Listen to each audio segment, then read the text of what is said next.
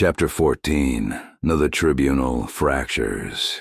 We saw the fracture before we heard it. From the ridge above Dawnspire, the city did not look like it was burning. It shimmered, light pulsed irregularly along the marble avenues, racing up the cathedral spires in frantic veins of gold. Banners that once caught the morning sun now snapped in chaotic crosswinds. The air itself felt thin, like breath drawn too quickly and never released. I had stood on this ridge once before, years ago, a squire with trembling hands and an oath not yet spoken. I remembered how the city had seemed eternal then, unassailable. The radiant tribunal had felt like a pillar driven into the bedrock of heaven itself. Now that pillar trembled, and I could feel the tremor in my bones. "Is louder," Lisa whispered beside me. She wasn't speaking of sound, neither was I. The divine current that once hummed beneath my thoughts like a steady hymn now stuttered violently.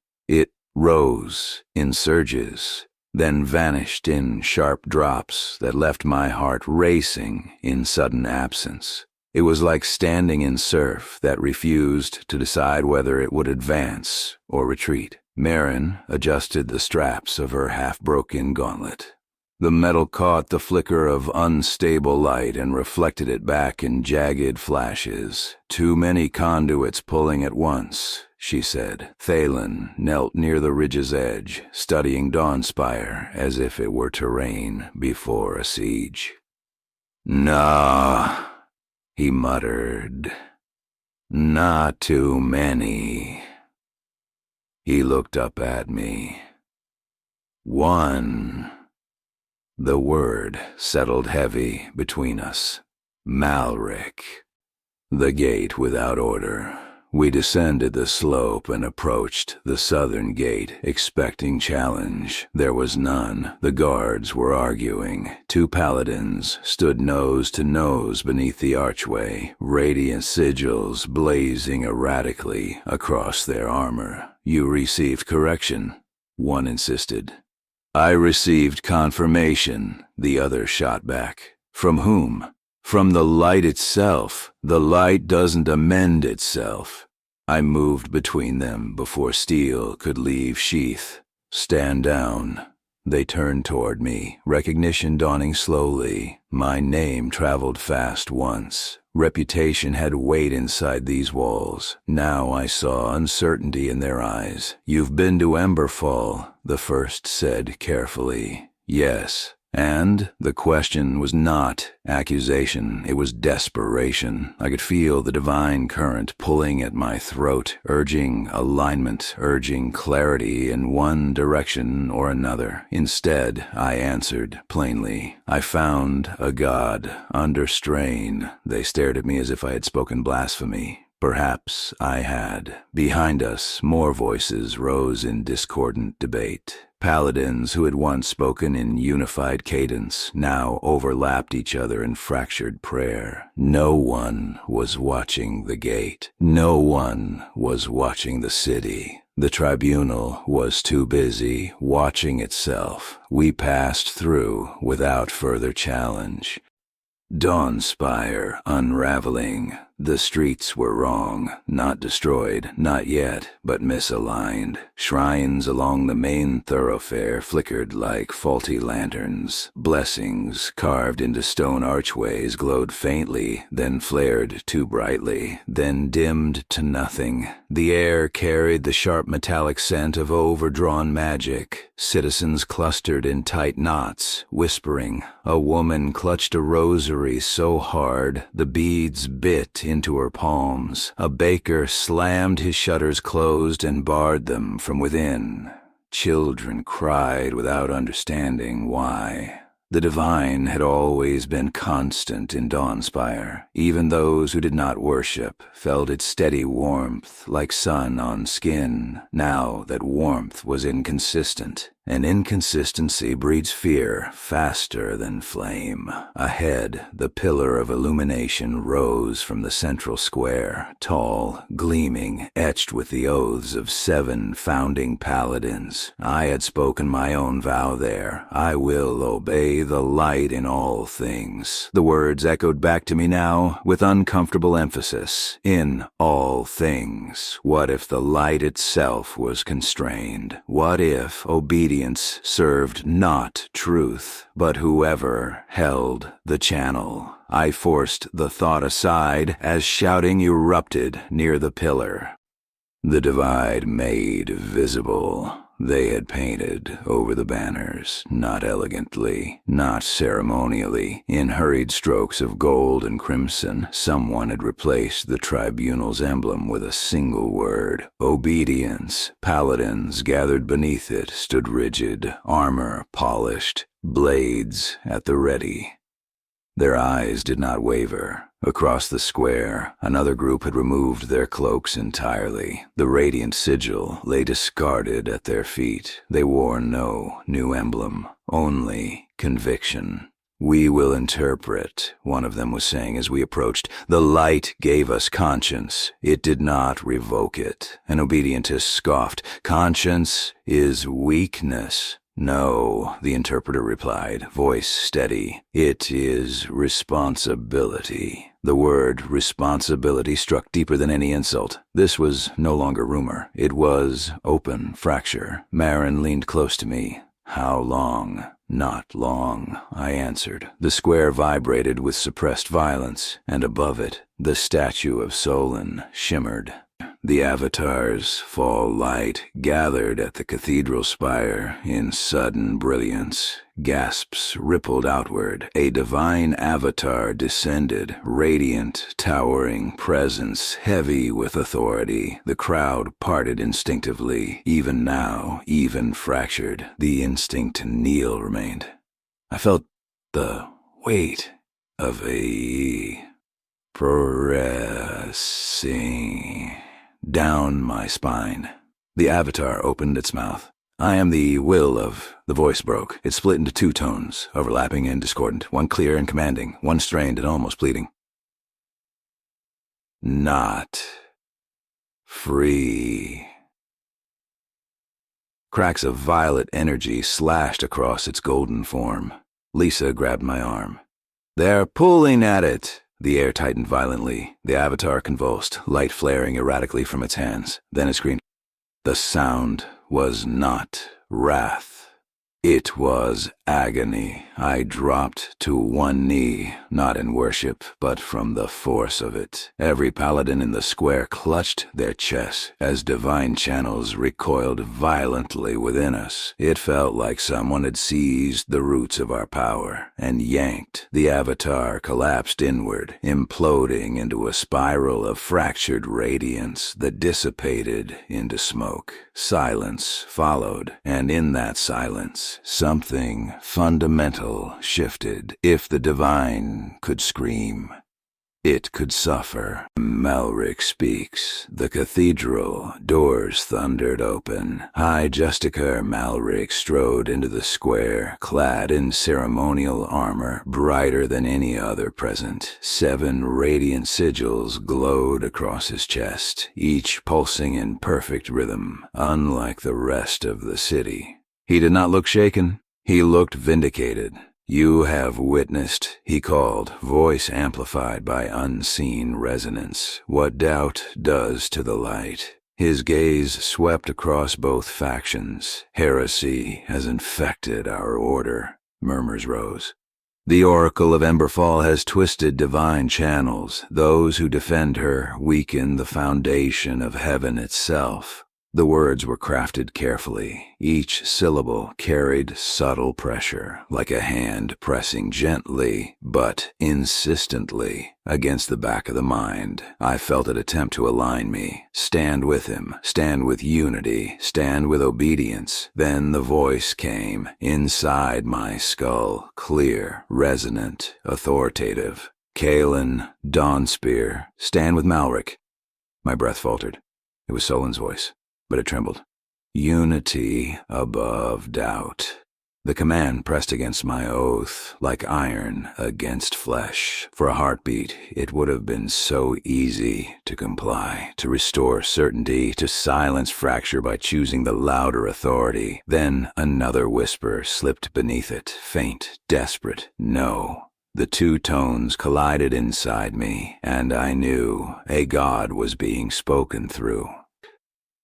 First Blood, a young paladin from the interpreter's side, stepped forward, helm removed, face pale but resolute. "If the light demands injustice," he shouted, "then it is not light." An obedientist answered with steel. Blades clashed. The sound shattered restraint. Radiant sigils flared violently as paladins surged toward each other. Citizens screamed. The square erupted. Kith barked a sharp laugh that held no humor. So much for unity. Civilians first, I ordered. We moved not toward faction, but toward those caught between. Marin intercepted a radiant strike meant for a fleeing woman, her broken gauntlet absorbing unstable energy in a spray of sparks. Thalan's arrows disarmed rather than killed, knocking blades from hands with impossible precision.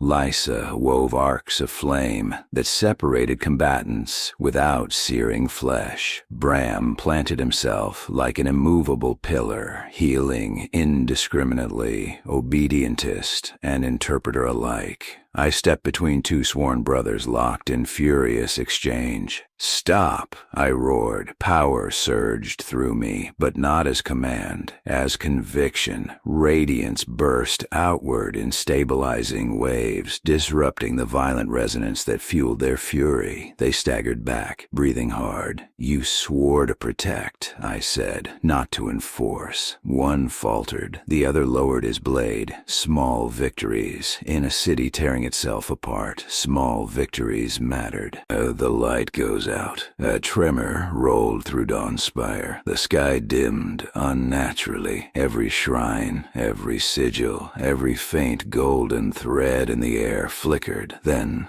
darkness, not night. Absence. The divine presence vanished entirely. For 3 heartbeats, there was nothing.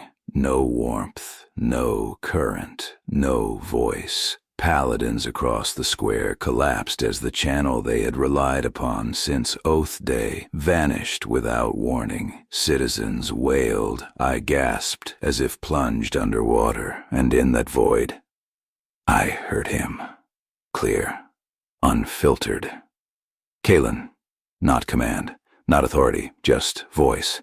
I did not will this. Tears blurred my vision. "I know," I whispered. "I am constrained. I know." Silence lingered. Then one word. "Choose." The light did not return with it, but something steadier did. Not power, not certainty. Choice. The divine current surged back moments later, but thinner, weaker. Malric's sigils flared brighter than ever. He had absorbed the lapse. Consolidated the fracture. The crowd felt it. Fear shifted, doubt spread. The statue of Solon above the cathedral groaned under strain. Cracks spidered along its marble surface. Then the crowned head sheared off and plummeted into the square below. Stone shattered in thunderous ruin. A god decapitated in effigy. No one cheered, no one knelt. We simply watched and understood. The fracture was no longer hidden. It was undeniable. What comes next? Smoke drifted through Dawnspire's avenues as we retreated toward the lower district, guiding civilians with us. Behind us, factions regrouped. Obedientists tightened ranks near the cathedral. Interpreters gathered near the outer wards. The city had drawn lines. Marin wiped blood, not hers, from her cheek. "This is civil war." "No," I said quietly. "It's revelation." The Tribunal had always believed obedience preserved unity. Now obedience demanded blindness, and those who could see would not unsee. I looked back at the central spire where Malric stood bathed in stolen brilliance. He was no longer merely manipulating channels. He was becoming the only channel, and somewhere within that strain, Solon endured, bound, not silent, waiting. I closed my eyes briefly and felt for the voice. It did not command, it did not demand. It waited. For the first time in my life, I understood something fundamental. W-E. God's voice lies. It is not defiance to refuse. It is devotion. I opened my eyes to a city divided, to an order fracturing along the fault line of conscience, to a high justicar ascending towards something perilous. And I knew this was only the beginning. The Tribunal had cracked. Next, it would break. The first building to burn was not a temple, it was a school. We smelled the smoke before we saw the flame, not the sharp, clean bite of arcane fire, but the thick, choking reek of timber and ink and parchment. The lower district's learning hall stood 3 streets east of the pillar, a modest structure where scribes taught letters to children of merchants and masons. It had never held divine relics, it had never held prophecy, only chalk and prayer slates. By the time we reached it, a line of obedientist paladins stood across the street, shields raised, not against an external enemy, but against a cluster of civilians trying to rush inside. They're saying interpreters are hiding in there, a man shouted as we pushed through the crowd. My daughter is still inside. I did not wait. I stepped past the shield wall. One of the paladins lowered his spear instinctively. By order of the justicar, "Move," I said. He hesitated. He knew my face. His jaw tightened. "You've been named." "Then you can explain later," I replied. Marin joined me without hesitation. Keth followed, grinning with grim satisfaction. Caelan melted into the alley shadows, already seeking vantage. We forced the doors open. Inside, smoke rolled low across the ceiling. Desks had overturned. A prayer banner near the rear wall burned with violent gold light, not consuming the cloth, but feeding on it. "That's not normal fire," Lisa coughed. "No," Bram said grimly, "it's resonance ignition." Divine energy had ignited through inscription. A blessing turned accelerant. Children cried from beneath an overturned table near the back. Marin sprinted for them. I stepped toward the burning banner and felt it immediately. Command residue. The air around it vibrated with embedded decree. Purge corruption. Cleanse deviation. The words had been carved as protective scripture months ago. Now they burned like accusation. I raised my hand and called for radiance, not as smite, not as condemnation, as stabilization. Light poured from my palm in controlled waves. The banner shrieked. Yes, shrieked as though the inscription itself resisted reinterpretation. The fire faltered, then went out, not extinguished, released. The children stumbled toward Marin, soot-streaked and shaking. Outside, civilians cheered weakly when we emerged. The obedientist paladin who had tried to bar my entry avoided my eyes. That was the true fracture, not blade against blade, but certainty cracking under witnessed harm. Confrontation at the Shrine of Seven. By midday, the streets were worse, not because fighting had intensified, but because lines had hardened. We passed a shrine where 2 paladins argued so fiercely that their divine sigils sparked between them like dueling lightning rods. "Interpretation is arrogance," one shouted. "Blind obedience is cowardice," the other fired back. Their power flared in dangerous arcs, destabilizing the air around them. I stepped between them again. I was tired of stepping between. "Enough," the obedientist glared. "You have no authority here." He was right. Authority had fractured with the statue. "I have responsibility," I answered instead. The interpreter lowered his blade first. The obedientist did not.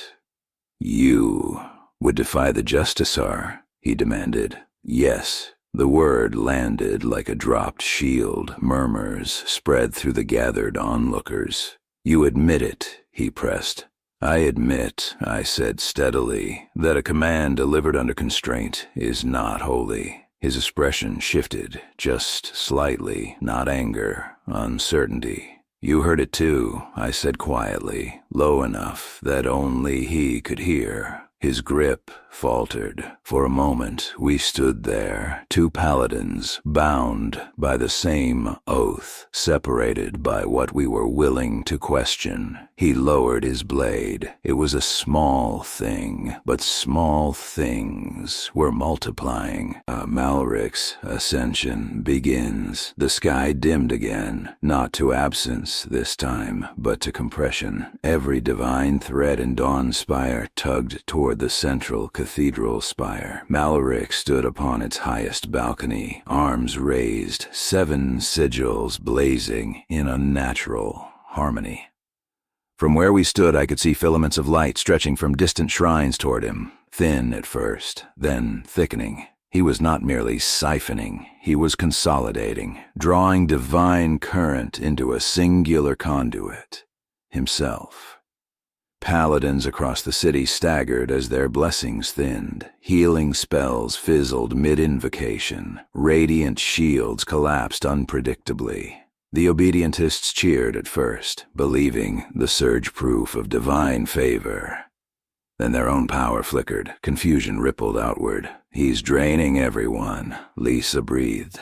"Yes," Caelan said grimly. "Centralizing authority." It was political theology, made literal. If one voice controlled all channeling, a nay. Then obedience became survival. I closed my eyes and reached inward. The voice of Solon trembled faintly. "Pressure increasing," he whispered. "Obey," I answered. "You must act before consolidation completes." How? Silence. Not because he would not answer. Because he could not. A civilian fallout. We turned our focus to evacuation, lower wards first. Families who had never chosen a side now faced divine crossfire. Keth lifted rubble from a collapsed tailor shop while muttering curses about city gods with brittle bones. Yet he carried children gently, as if they were spun glass. Bram organized triage near the old granary, healing without invocation, drawing instead on the steadier current he had learned to access beyond formal tribunal rites. Marin confronted a group of obedientists attempting to conscript civilians into forming defensive lines. "They are not shields," she snapped. "They are citizens," one retorted. "They are human," she corrected. The difference mattered. Caelan returned from scouting with grim news. "Interpreter enclaves forming in the eastern ward," he said. "Obedientists fortifying the cathedral square. If either side escalates, civilians get crushed between." "They won't escalate," Lisa said. A thunderous crack split the air as a radiant lance fired from the cathedral balcony toward an interpreter barricade. The street exploded in blinding gold. Internal collapse. It happened quietly. A senior paladin, Captain Rethan, a veteran I had trained under, approached us near the Fountain of Oaths. His armor was cracked, his expression hollow. "I can't hear him anymore," he said. "Solon?" I asked. He nodded. "Only Malric." The words chilled me. "Every prayer routes through the Justicar now," Rethan continued. "The stream feels filtered. That was it. Not absence, not silence, censorship. Then stop routing, I urged. He stared at me as though I had suggested stepping off a cliff. That's impossible. It isn't. I placed my hand over his chest plate. Listen, beneath the channel. He hesitated, closed his eyes. For a long moment, nothing happened. Then, his breath caught. I hear. Tears slid down his soot-streaked cheeks. Not command. No, I said softly. Just voice. Behind us, the cathedral spire flared brighter. Malric's ritual circle began to rotate visibly now. 7 concentric rings of radiant script spinning at different speeds. He was nearing stabilization. If he completed it, he would become the singular interpreter of divine will, and anyone who disagreed would be labeled heretic by default. The widening collapse. As afternoon deepened toward unnatural dusk, structural failures began. Not buildings, belief, shrines that had drawn power reliably for decades now emitted erratic pulses. Some projected protective fields that lashed outward indiscriminately. Others inverted blessings into bursts of painful resonance. Citizens began tearing down household icons, not out of hatred, but fear. If it's unstable, remove it, someone shouted. The city that had once adorned itself in radiant symbols now stripped them from doorways. Faith was not dying, it was decentralizing, and that terrified the obedientists more than any blade.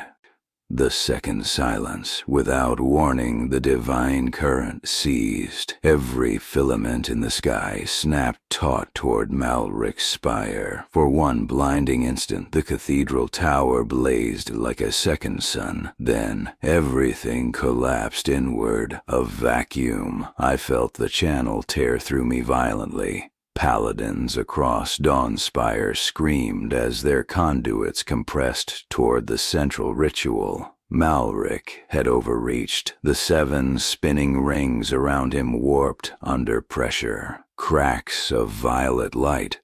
Nullstar's old resonance splintered across the sigils. He can't contain it, Lisa shouted. The sky fractured, not physically, but perceptibly. For a heartbeat I saw through the veil, chains, immense, radiant, binding something vast and struggling.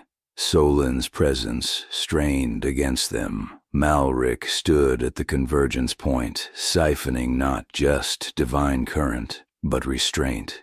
He was feeding on the pressure of a bound god. Then the system failed. The cathedral's upper balcony shattered outward in a storm of marble and blinding light. Malric staggered, but did not fall. He had absorbed enough to survive, not enough to ascend fully. Across the city, divine channels ruptured. Some paladins lost access entirely. Others found their power suddenly unfiltered, raw, uncontrolled. The tribunal structure was collapsing from within, i.e. aftermath in the ash. When the surge subsided, Dawnspire was quiet, not peaceful, stunned. Smoke drifted across rooftops. The cathedral spire leaned at a slight, dangerous angle. The obedientist banner had burned away. No faction held the square now, only rubble and shaken believers.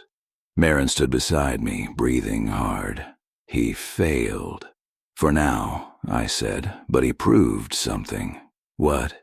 That he needs consolidation. Malric had revealed his hand too early. The people had felt the vacuum. They had felt the strain. Authority, once unquestioned, now stood visibly unstable. Captain Rethan approached again, joined by 2 more senior paladins. We're done taking rooted commands, he said simply. It wasn't a declaration of rebellion. It was exhaustion. The fracture had widened beyond repair. The radiant tribunal as a singular authority was finished. What remained was choice. On the realization, night fell without divine lanterns. For the first time in centuries, Dawnspire glowed only with mundane firelight. It was dimmer, but steadier. I stood atop a low rooftop overlooking the battered cathedral. Solon's voice came faintly. "Structural collapse inevitable," he murmured.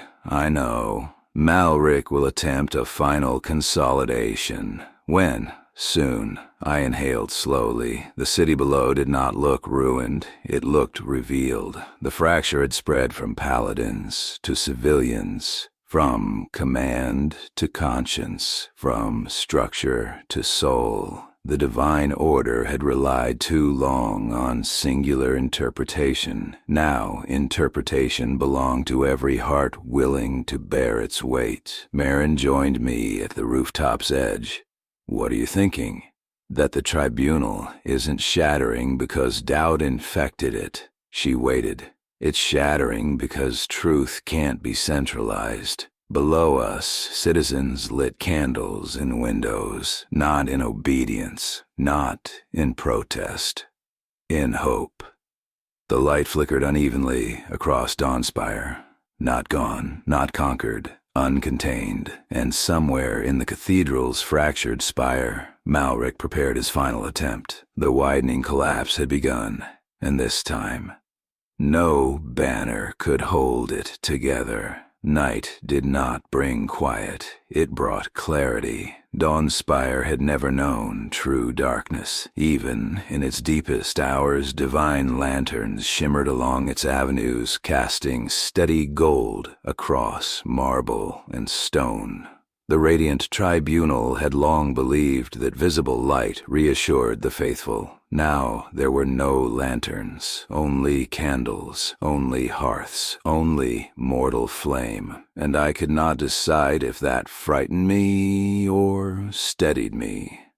From the rooftop where we kept watch, the cathedral's upper spire leaned at a visible angle, fractured by Malric's failed consolidation. Marble rubble lay scattered across the plaza like the bones of something ancient and arrogant. "He'll strike before dawn," Marin said quietly. Yes, the failure had wounded him. Men like Malric did not retreat when wounded. They escalated. Oh, the counterstrike. It began not with fire, but proclamation. A bell tolled from the cathedral's inner sanctum, not the ceremonial chime of celebration, not the solemn note of mourning. A summoning. Paladins, still aligned with the obedientists, responded almost reflexively.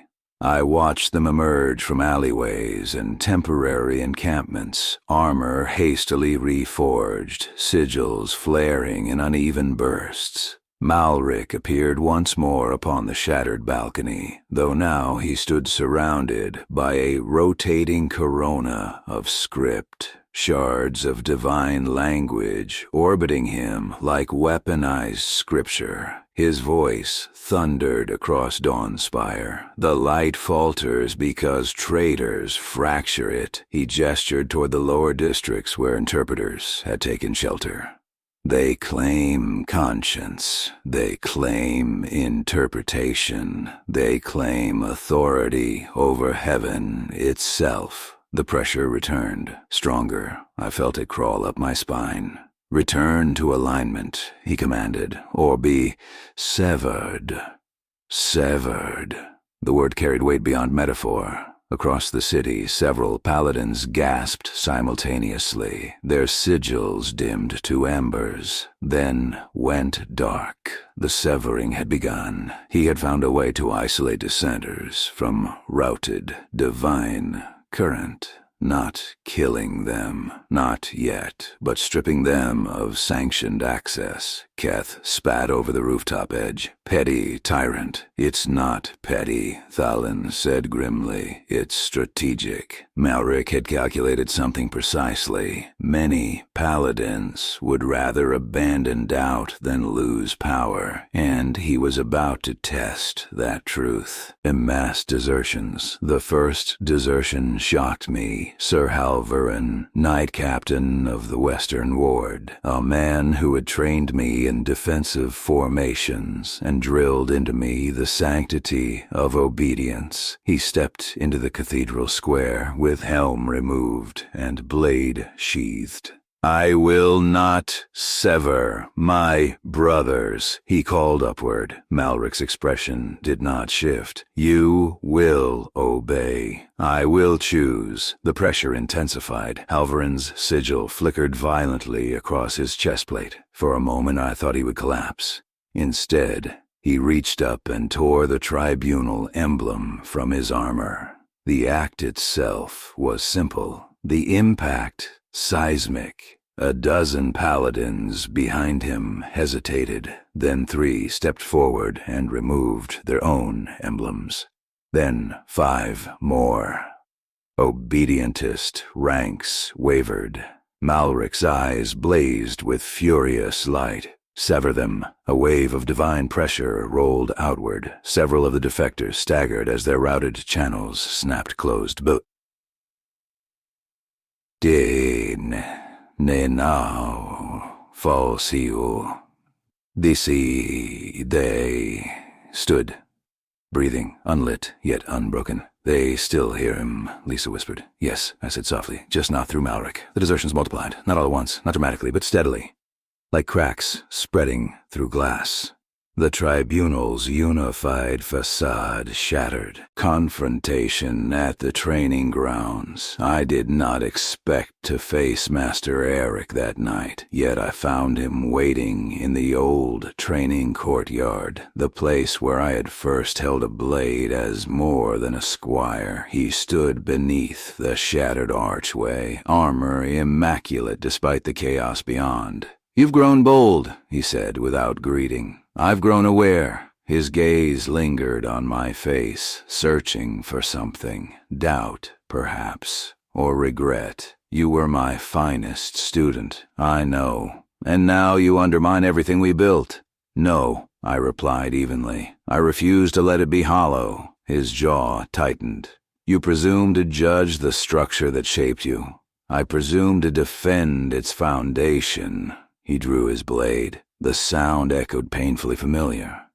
Then, prove you can. The duel was not ceremonial. It was desperate. Arik struck with the precision he had taught me, controlled arcs of radiant energy layered within disciplined form. His sigils flared strong. He had not yet been severed. I parried and redirected, refusing to escalate. You taught me that discipline served justice, I said between strikes. It serves order, he countered. Order without justice is tyranny. Our blades locked. Radiant sparks cascaded between us. You would let chaos rule, he demanded. I would let conscience guide. He hesitated, just enough. I disarmed him cleanly. His blade clattered across stone. We stood breathing hard in the echoing courtyard. Malric centralizes because unity requires authority, he said quietly. Unity requires trust, I answered, and trust cannot be coerced. He looked at me long, then slowly. He removed his gauntlet, and with bare fingers unfastened the radiant emblem from his breastplate. I will not kneel to a conduit, he said. It was not dramatic. It was not triumphant. It was grief. The old order cracked irreparably in that moment. Malric's final escalation. The cathedral spire roared with renewed power. Malric had abandoned subtlety. 7 towering pillars of radiant script erupted from the plaza floor, anchoring into the fractured cathedral walls. They hummed in violent resonance, forming a lattice around him. He's attempting forced singularity, Bram said grimly. "What does that mean?" Lisa asked. "It means he'll bind the divine stream exclusively to himself, and everyone else. Cut off." The pillars pulsed outward in concentric waves. Paladins across Dawnspire cried out as their channels strained under unbearable tension. Some collapsed, some screamed, some tore their own sigils from armor to stop the pressure. The lattice brightened. Malric raised both arms. "Witness the true light," he roared. The sky split visibly this time, not metaphorically. A seam of blinding gold tore across the firmament above the cathedral. Through it, I glimpsed chains again, massive, radiant, binding something vast. Solin's presence trembled violently, and beneath that, a deeper fracture. Nullstar's resonance rippled along the chains like distant thunder. Malric was not just consolidating divine current. He was pulling against ancient seals. He intended to rip free what the Tribunal had bound centuries ago. The risk was catastrophic. If the seal shattered uncontrolled, the divine structure might not survive. The irreversible break. It did not shatter, it splintered. The lattice around Malric fractured under opposing pressures. His ambition against the bound god's resistance. The 7 pillars cracked in sequence. 1, 2, 3. Each explosion of light knocked him backward, but did not fell him. Then, the 4th pillar ruptured completely, detonating in a storm of radiant shards that rained across the cathedral plaza. Malric screamed, not in pain, but fury. The lattice collapsed. The sky seemed sealed imperfectly. The chains remained, but loosened, and something fundamental changed. Across Dawnspire, every paladin felt it. The routed channel, once singular, once centralized, split, not cleanly, but permanently. No longer did divine current flow exclusively through tribunal-sanctioned conduits. It flowed where it was heard. Some felt it dim, some felt it deepen, but no one felt it uniform again. The old architecture of obedience had broken irreversibly. Aftermath. Malric vanished from the balcony amid smoke and shattered marble. Retreat. Not defeat, but retreat. The cathedral stood fractured. The pillars lay in ruin. The plaza no longer bore obedientist banners. It bore nothing, just open space. Paladins stood scattered in clusters, some lit faintly, some dark, all shaken. No one shouted victory. No one declared authority.